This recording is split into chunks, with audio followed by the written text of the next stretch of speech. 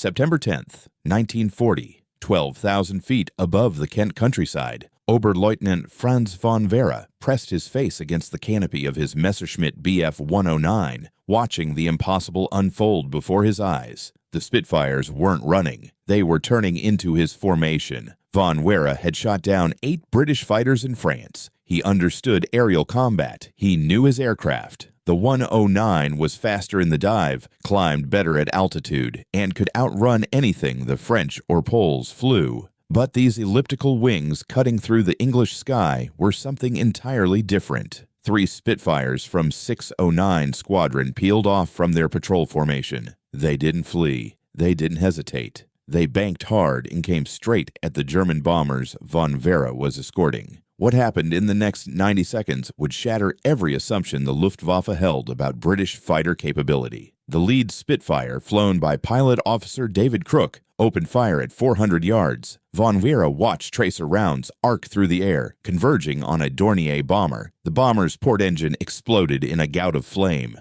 Before the German formation could react, Crook had rolled inverted, pulled through, and was climbing back to altitude. His wingman followed, executing the same maneuver with textbook precision. Von Vera dove his 109 to intercept. At 300 miles per hour, he had a slight speed advantage, but the Spitfire pilot saw him coming. Instead of running, the British fighter turned left.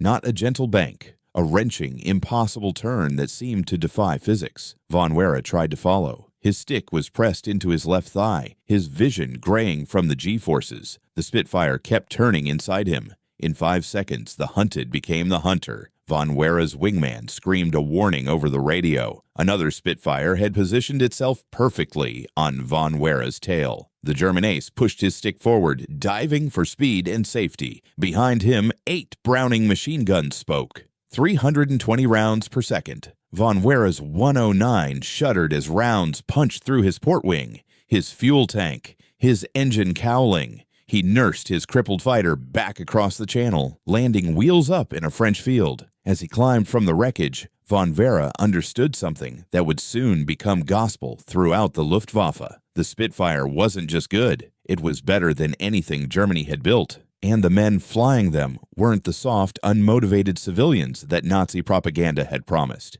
They were killers. The Supermarine Spitfire was born from desperation and genius in equal measure. In 1934, the British Air Ministry issued Specification F-3734, requesting a modern monoplane fighter. Reginald Mitchell, Supermarine's chief designer, had already been working on high-speed racing seaplanes. His designs had won the prestigious Schneider Trophy 3 consecutive times. Now he turned that knowledge toward warfare. Mitchell was dying. Intestinal cancer was slowly killing him, but he worked through the pain with fierce determination. He knew war was coming. He knew Britain would need every advantage. The Spitfire would be his final gift to his country. He would never see it in combat. Cancer took him in June 1937, just 4 months after the prototype's first flight. But his creation would save Britain. The prototype K5054 first flew on March 5, 1936, from Eastleigh Aerodrome near Southampton. Test pilot Captain Joseph Summers took it up for 8 minutes. When he landed, his only comment was,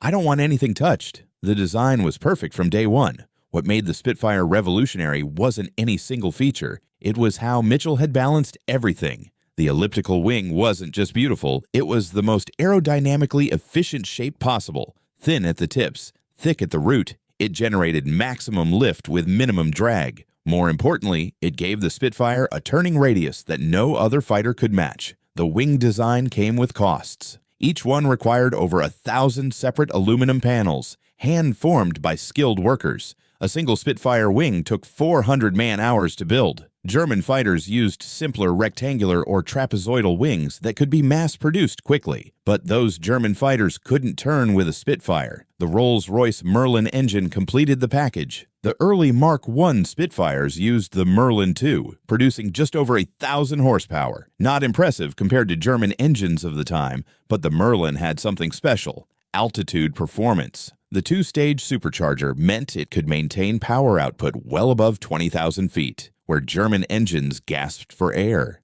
By summer 1940, Britain had exactly 19 operational Spitfire squadrons. That's fewer than 300 serviceable aircraft facing the entire might of the Luftwaffe. The Germans had over 1,000 fighters and 1,300 bombers ready for the assault on Britain. The mathematics looked impossible, but mathematics didn't account for the Spitfire's qualities, or the men who flew them.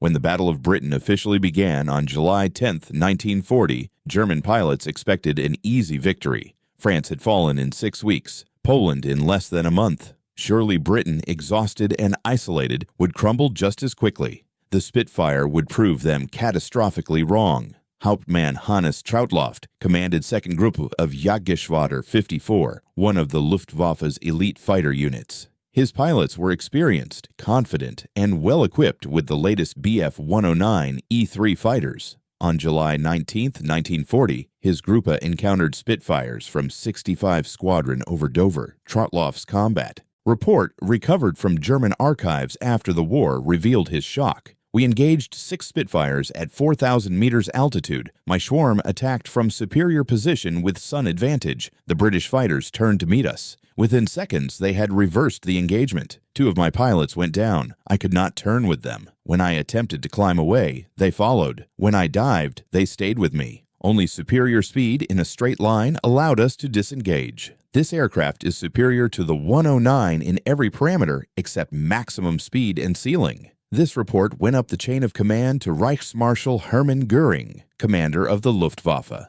Göring's response was predictable. He accused Trautloft of cowardice and incompetence. German fighters were superior. German pilots were better trained. Any failure was the pilot's fault, not the aircraft's. This denial would cost the Luftwaffe dearly.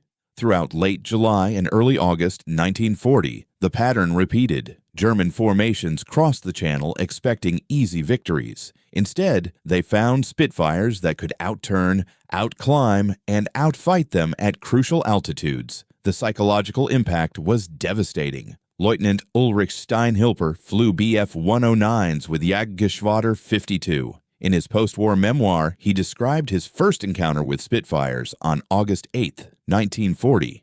We were covering a bombing raid on a convoy off the Isle of Wight. Suddenly, Spitfires were everywhere. They came out of the sun from below, from cloud cover. Our formation disintegrated. I found myself turning desperately, trying to get a shot, but the Spitfire I was chasing simply outturned me. Every time. Then his wingman was on my tail. I had to run for my life, using full throttle across the channel. My engine was smoking from the strain. I landed with bullet holes in my tail and wing. That night, I couldn't sleep.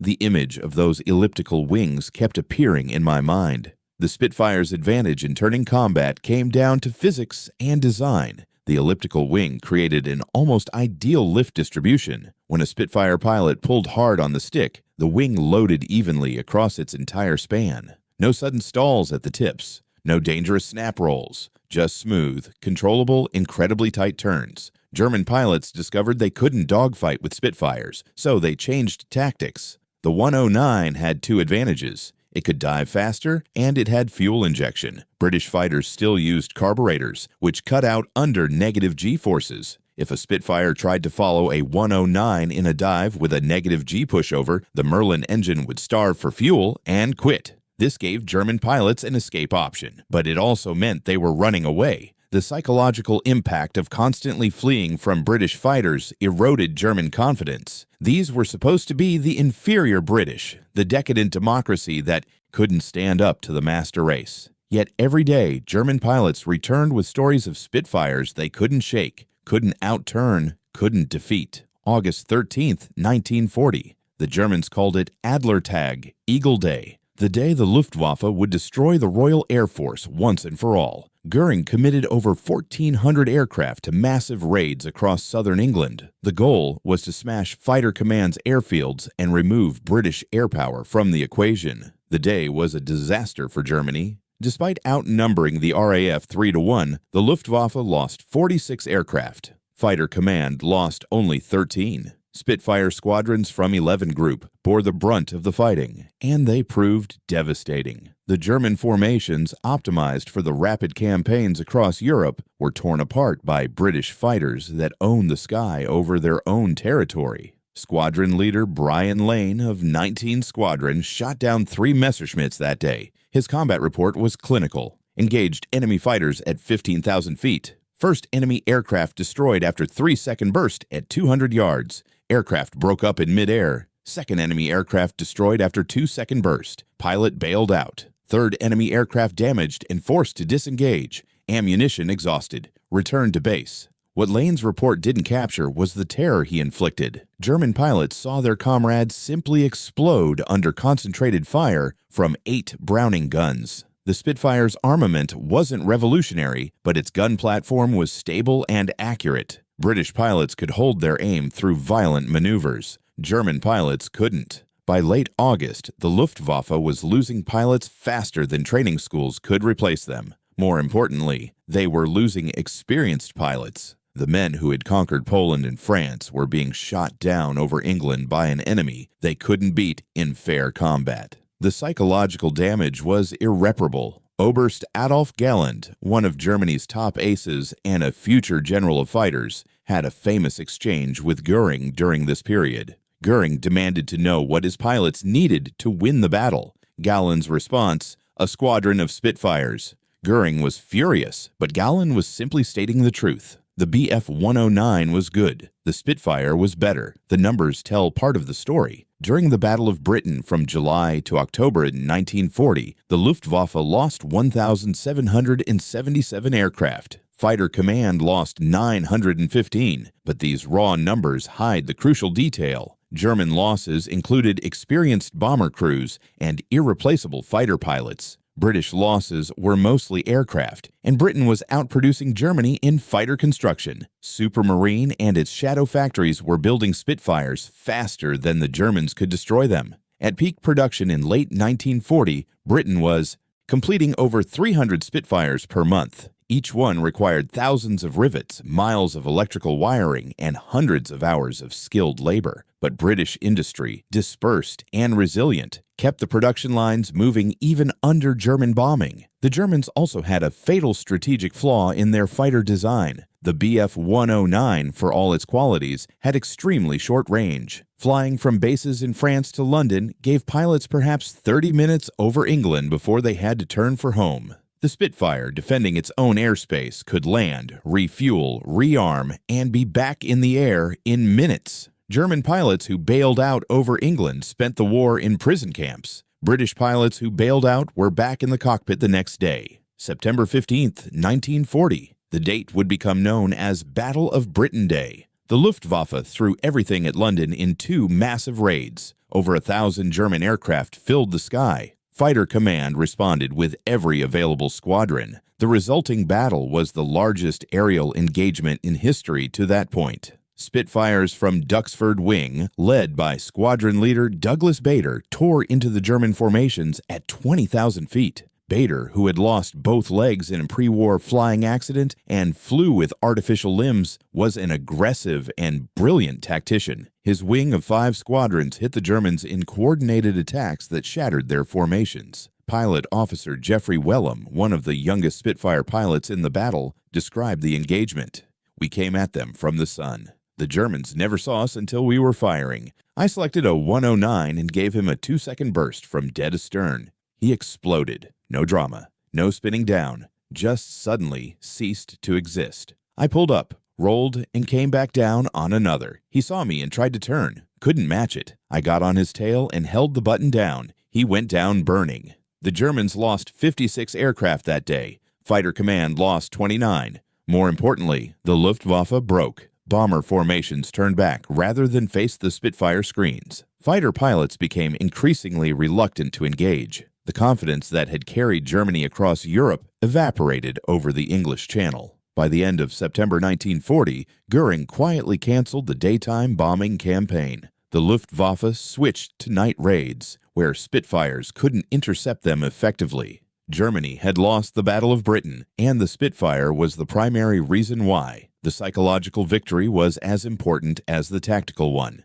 German pilots who survived encounters with Spitfires spread the word. The British fighter was better. The British pilots were more skilled than expected. Most damaging of all, German air superiority was a myth. These lessons spread through every Luftwaffe unit, corroding confidence and creating a fear that would only grow stronger as the war continued. Hauptmann Johannes Steinhoff, who would survive the war and become a general in the post-war German Air Force, wrote in his memoir, "The Spitfire changed everything. We went into battle confident in our superiority. We left knowing we had met our match and more. Every mission over England was Russian roulette. You might come back, you might not. And there was nothing you could do about it. The British fighter simply outperformed ours in the ways that mattered most." As 1940 turned to 1941, the Spitfire continued evolving. The Mark V, introduced in early 1941, featured the more powerful Merlin 45 engine producing 1,440 horsepower. This model could reach 370 miles per hour and climb to 20,000 feet in 7 minutes. It was faster, climbed better, and turned even more tightly than the Mark I that had won the Battle of Britain. The Germans responded with the Focke-Wulf FW-190, a radial-engined fighter that could match the Spitfire Mark V in most performance categories. For a brief period in late 1941 and early 1942, the Luftwaffe regained some confidence. The 190 was tough, fast, and heavily armed. German pilots finally had a mount that wouldn't embarrass them against Spitfires. Then the Spitfire Mark IX arrived in July 1942. Powered by the Merlin 61 with a 2-stage, 2-speed supercharger, the Mark IX could reach 408 miles per hour at 28,000 feet. It outperformed every German fighter at every altitude. The brief parity was over. The Spitfire was back on top, and it would stay there. Oberleutnant Heinz Knoke, who would become a decorated ace with 33 victories, encountered Mark IXs over France in August 1942. His diary entry captured German frustration.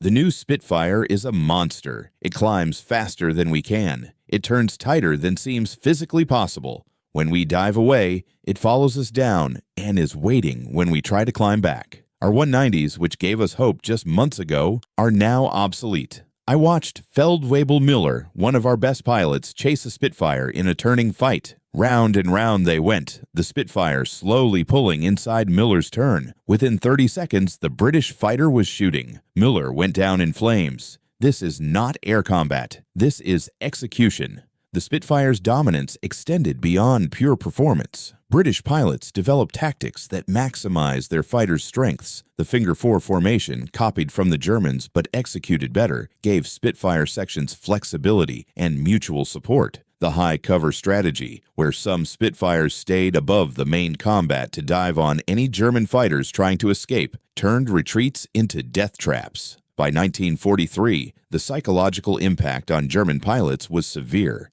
Post-war interviews with Luftwaffe veterans revealed a consistent pattern. They feared Spitfires more than any other Allied fighter. The American P-47 was more heavily armed. The P-51 Mustang had better range. But the Spitfire, with its perfect combination of handling, performance, and lethality, haunted German nightmares. Feldwebel Johannes Naumann, who flew 190s with Jagdgeschwader 26, described a mission over occupied France in March 1943. "We were escorting bombers to the coast when Spitfires bounced us from above. I never saw them coming. Suddenly there were 20 of them diving through our formation like hawks through pigeons. The bombers scattered. We tried to form defensive circles, but the Spitfires just picked us off one by one. They would zoom past, fire a burst, then climb back to altitude before we could react. 4 of our fighters went down in 5 minutes. The rest of us ran for home at maximum speed. I landed with my fuel warning light glowing red and my hands shaking so badly I could barely unfasten my straps. The escort missions revealed another Spitfire advantage: fuel efficiency. Later Marks could carry external fuel tanks, extending range significantly. But even without drop tanks, the Spitfire could patrol for over an hour at combat power, or nearly 2 hours at cruise settings. German fighters, always fuel critical, had to carefully manage their engine settings. Spitfire pilots could use full throttle whenever needed, knowing they had margins the enemy lacked. In the Mediterranean theater, Spitfires deployed to Malta in March 1942 saved that critical island from German conquest. The siege of Malta was one of the war's most desperate battles. German and Italian aircraft pounded the island mercilessly, trying to starve it into submission. For months, Malta's defense relied on obsolete Hurricanes that were badly outclassed. Then Spitfires arrived. Operation Spotter, in March 1942, delivered 15 Spitfire Mark V's via aircraft carrier. It wasn't enough.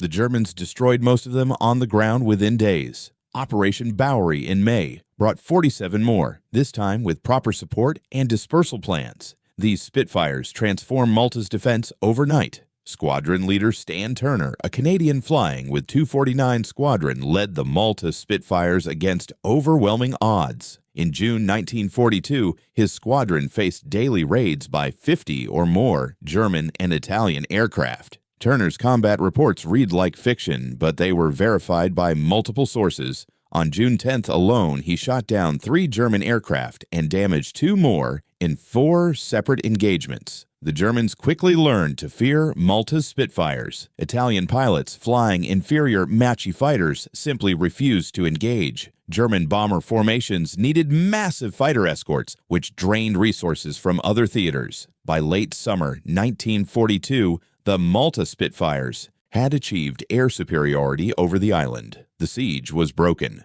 Malta survived, and the Spitfire had won another critical battle. The success at Malta demonstrated another Spitfire quality: reliability under harsh conditions. Malta's airfields were primitive, often just flattened dirt. Maintenance facilities were damaged by constant bombing. Spare parts arrived sporadically, if at all. Yet the Spitfires kept flying. Ground crews performed miracles, cannibalizing damaged aircraft to keep others airworthy. The Merlin engine, despite its complexity, proved remarkably robust. German aircraft under similar conditions would have been grounded within weeks. In North Africa, Spitfires facing Messerschmitts and Focke-Wulfs over the desert achieved similar results. The arid conditions played havoc with fine-tuned German engines. Sand infiltration caused rapid wear. The Merlin's design, with better air filtration and looser tolerances, handled the environment better. Spitfire squadrons maintained higher availability rates than their German opponents.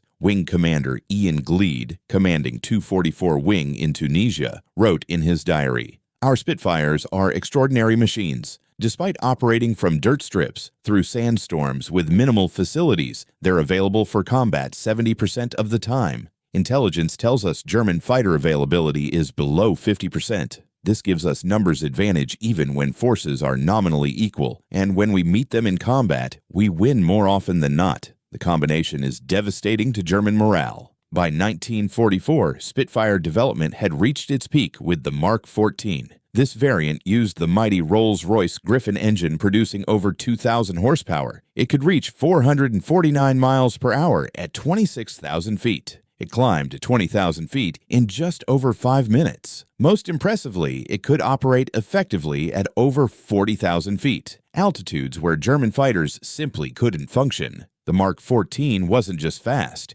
it was brutally effective. Flight Lieutenant Raymond Baxter, flying with 603 Squadron, described the Griffon Spitfire as almost frightening in its power. You pushed the throttle forward, and this beast just leaped into the sky. Everything happened faster. You turned faster, climbed faster, accelerated faster. German pilots didn't stand a chance. We could engage or disengage at will. We owned the vertical dimension completely. As the war moved into its final year, German pilots were increasingly undertrained, under-resourced, and demoralized. Spitfire squadrons encountered German fighters flown by teenagers with perhaps 20 hours of flight training facing British veterans with hundreds of combat missions. The results were predictable and tragic. Feldwebel Peter Düring, captured after being shot down by a Spitfire in March 1945, told his interrogators, "I had 50 hours total time when they sent me to combat. My instructors told me to avoid Spitfires at all costs. Run if you see them. But how do you run when they're faster than you, climb better than you, turn tighter than you? There is no escape. You fly every mission knowing you probably won't come back. The Spitfire pilots are professionals. We're sacrifices." The statistics from 1945 tell a grim story. Spitfire squadrons were achieving kill ratios of 10 to 1 or higher. not because German pilots lacked courage, but because they lacked everything else: training, fuel, experienced leaders, and competitive aircraft. The Spitfire force, meanwhile, was at peak efficiency. Experienced pilots, unlimited fuel, excellent maintenance, and aircraft that represented the pinnacle of piston engine fighter design. The final German fighter designs, including the Me-262 jet and the He-162 Volksjager People's Fighter, were responses to desperation. The Germans knew they couldn't match the Spitfire with conventional designs. They needed technological leaps. But those leaps came too late and in too few numbers. For every exotic German jet, there were hundreds of Spitfires maintaining absolute control of the sky. Wing Commander Johnny Johnson, the RAF's top-scoring fighter pilot with 38 confirmed victories, fought from the Battle of Britain through to war's end. His memoir captured the Spitfire's impact. The Germans never solved the Spitfire problem. They tried better fighters, better tactics, better pilots. Nothing worked. We simply had the superior tool for the job, and we knew how to use it. Every time a German pilot saw those elliptical wings, he knew he was in trouble. That psychological edge was worth more than any technical specification. The production numbers tell their own story. Britain and its Commonwealth allies built over 22,000 Spitfires in multiple variants from 1938 to 1948. Germany built 35,000 B-109s and over 20,000 FW-190s. But the German fighters had to fight on multiple fronts simultaneously: Britain, the Mediterranean, Russia, defending the homeland. The Spitfire could concentrate force where needed most, always operating from friendly territory with full support. The industrial battle mattered as much as the aerial one. Supermarines' factories bombed repeatedly, kept producing. When the main Southampton works was hit hard in September 1940, production was dispersed to small facilities across southern England. Everything from bus garages to car dealerships became mini-factories producing Spitfire components. This resilience meant the production line never completely stopped, even under sustained German attack. The Castle Bromwich factory near Birmingham became the largest Spitfire production facility. By 1943, it was completing over 300 Spitfires per month. Every aircraft was tested by skilled pilots before delivery. The quality control was extraordinary. Pilots knew their Spitfire would perform exactly as promised, every time. German pilots received aircraft with varying quality, depending on which factory built them and when. This consistency gave British pilots confidence their German opponents lacked. Training was another British advantage that compounded the Spitfire's technical superiority. RAF fighter pilots received extensive instruction before operational deployment. Advanced training schools taught combat tactics using actual Spitfires. New pilots arrived at squadrons with perhaps 100 hours on type, knowing their aircraft intimately. German pilots by 1944 were lucky to have 20 hours total flight time before combat. The Empire Air Training Scheme, which brought pilots from Canada, Australia, New Zealand, South Africa, and Rhodesia, ensured a steady supply of skilled aviators. These Commonwealth pilots often proved exceptionally aggressive and capable. Many became aces, and their presence meant British squadrons always had experienced pilots to mentor newcomers. German training, centralized and inflexible, couldn't adapt to mounting losses. By war's end, the Spitfire had shot down more enemy aircraft than any other British fighter. The exact number is debated because of duplicate claims and verification difficulties, but conservative estimates put it at over 4,000 German aircraft destroyed in aerial combat. Add ground victories, and the total exceeds 6,000. No other Allied fighter comes close to this achievement. But the Spitfire's true victory was psychological. It broke the Luftwaffe's confidence. It proved that British engineering, British industry, and British pilots were world-class. When German pilots saw those distinctive wings, they knew they were facing death. That fear, spreading through every Luftwaffe unit from 1940 onward, was as devastating as any bullet. The design that Reginald Mitchell created while dying of cancer had saved his nation and destroyed an enemy that seemed invincible. The elliptical wings that took hundreds of hours to build gave Britain the tool it needed at the exact moment required. The Merlin engine, constantly upgraded and improved, provided reliable power that German engines couldn't match. The combination was unbeatable. Post-war analysis by both British and German military historians consistently ranks the Spitfire as the finest defensive fighter of the Second World War. It wasn't the longest ranged, the most heavily armed, or the fastest, but it was the best balanced design, optimized for the mission that mattered most: defending Britain's skies and destroying the enemy trying to invade them. German test pilots who flew captured Spitfires during the war universally praised the aircraft. Hauptmann Werner Baumbach, who tested a captured Mark IX in 1943, reported, "This aircraft is superior to anything we Eurozonen have in service or development. The handling is perfect. Light controls, excellent visibility, no bad habits. It turns tighter than our fighters. It climbs as well or better. It's faster than most. The British have created a masterpiece." These German test reports went to Goering and the Reich Air Ministry. They were quietly filed away and ignored. Admitting the enemy had better equipment contradicted Nazi ideology, so German pilots continued flying inferior aircraft, continued being shot down by Spitfires, and continued losing a war that superior technology might have won. The final months of the war saw Spitfires operating with near impunity over Germany itself. Long-range photo reconnaissance Spitfires, stripped of armament and painted pale blue, photographed German targets from 40,000 feet. German interceptors could barely reach that altitude, and those that did couldn't catch the speedy reconnaissance birds. The Spitfire had gone from defender of Britain to predator over the enemy heartland. On May 8, 1945, when Germany surrendered, Spitfire squadrons flew victory patrols over London. These were the same pilots or their successors who had defended Britain in its darkest hour 5 years earlier. Many flew the same type of aircraft, though vastly improved. The Spitfire had seen Britain through from desperate defense to total victory. Flight Lieutenant Geoffrey Wellham, who had fought from the Battle of Britain through to 1945, wrote in his memoir, "The Spitfire wasn't just an aircraft, it was a symbol. When civilians saw Spitfires overhead, they knew they were safe. When German pilots saw them, they knew they were in danger. We trusted our Spitfires completely. They never let us down.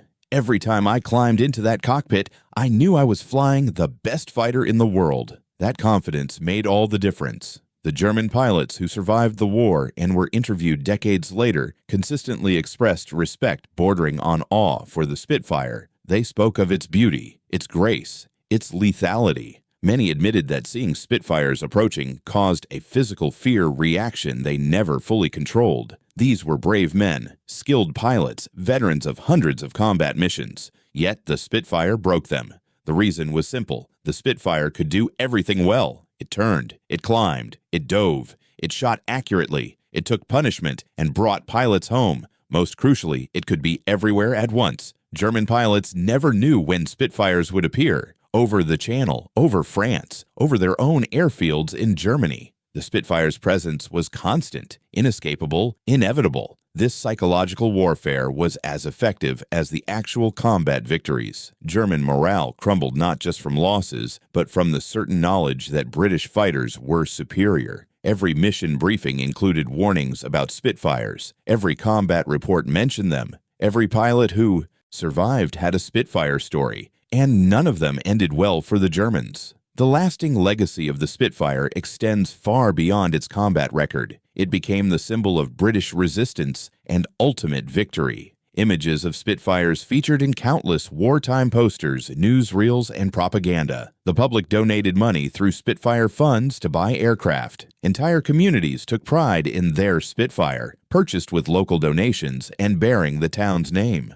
This public connection gave the Spitfire cultural significance no other aircraft achieved. It wasn't just a weapon. It was Britain's champion, its defender, its sword and shield combined. When people today think of World War II aviation, they think of the Spitfire first. That recognition is earned. The Spitfire saved Britain when nothing else could have. In the final accounting, the Spitfire's victory over the Luftwaffe came from multiple factors working in harmony. Superior design gave British pilots an aircraft that could outperform German fighters in crucial parameters. Better production meant losses could be replaced, while German industry struggled. Excellent training created pilots who could exploit every advantage their aircraft offered, and fighting over home territory meant every operational advantage accrued to Britain. But the decisive factor was psychological. German pilots feared the Spitfire because it beat them consistently and comprehensively. That fear spread, deepened, and became unshakable. By war's end, Luftwaffe pilots would abandon attacks rather than face Spitfire screens.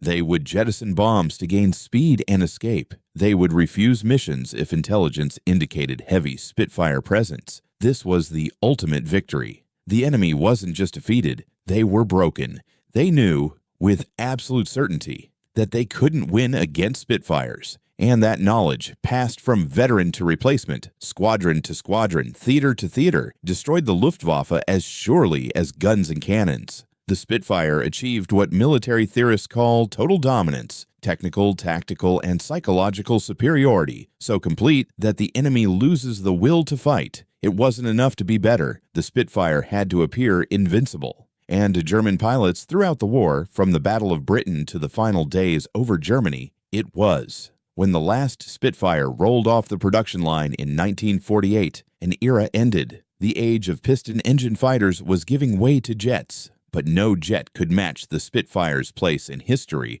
or in the hearts of the British people. It had saved a nation, defeated an enemy, and become immortal. The elliptical wings that German pilots learned to fear remain one of aviation's most recognizable silhouettes. That distinctive shape, created by a dying genius to defend his homeland, became the symbol of British victory in humanity's greatest conflict. The Spitfire didn't just win battles, it won the war that mattered most, the battle for Britain's survival. And when German pilots saw those wings coming through the clouds, banking toward them with deadly purpose, they knew one thing with absolute certainty: nothing in the Luftwaffe could stop them.